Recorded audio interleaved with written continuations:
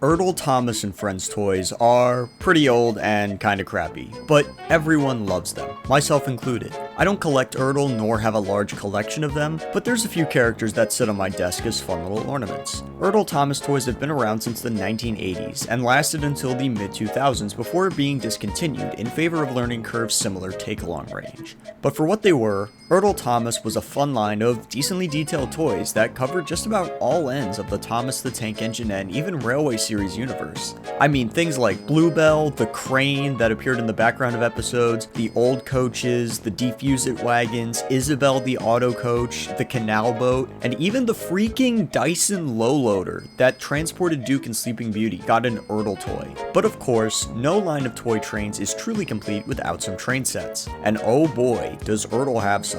We'll get into a good chunk of them in due time, but for today, I want to focus on the Wellsworth Carry-Along playset.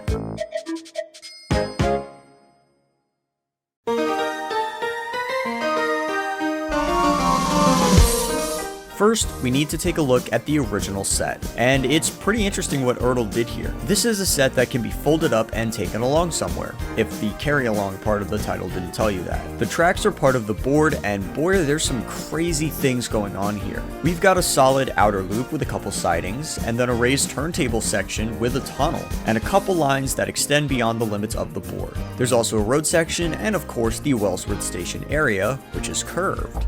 So taking all of that into consideration, let's build this into Tomy. Right off the bat, the station side of the set is super easy. I'll put the drawbridge railroad crossing and a small loop of road here, then the siding between the road here, and then make the back part of the loop.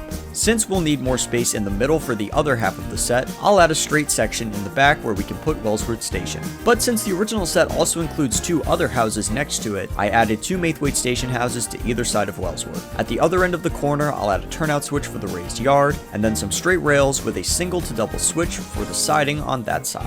And now, all the easy stuff is done.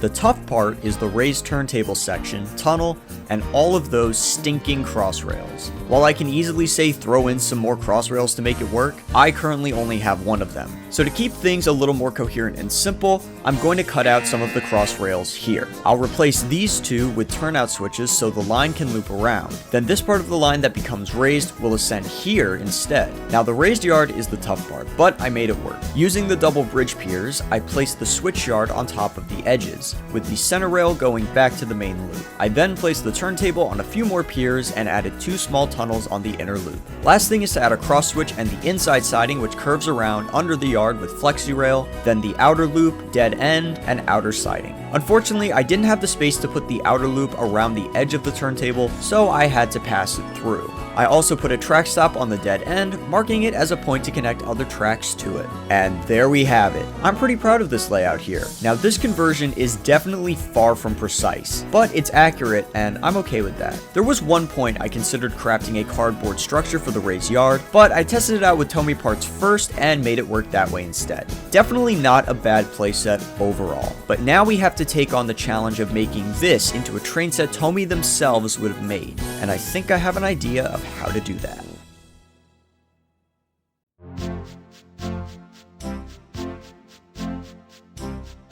The biggest change to this layout was the track plan, and frankly, I like my version much better. There's definitely an excess of sidings, but that helps keep the spirit of the original set alive. The road loop is now wider and doesn't cross over the rails, but allows for a road vehicle to run around uninhibited. The station is now just one building, but with a double track section and pedestrian bridge alongside it. The yard is on the ground where it belongs, and the turntable is on a separate siding. The racetrack was instead turned into a bridge section over the back end of the set. While the motor road doesn't cross the rails at any point, I added the bell crossing and double railroad crossing to keep that idea alive. There's also a line with a tunnel as per the original set, despite it not running under the yard. The biggest feature of this set, however, is the three-way auto switch after Wellsworth. This allows engines to access multiple lines without needing any human intervention in changing the points. After that, I added some trees, signals, and gantries. Now this looks like something Tomy could have endorsed, or included in one of those yearbook DVDs.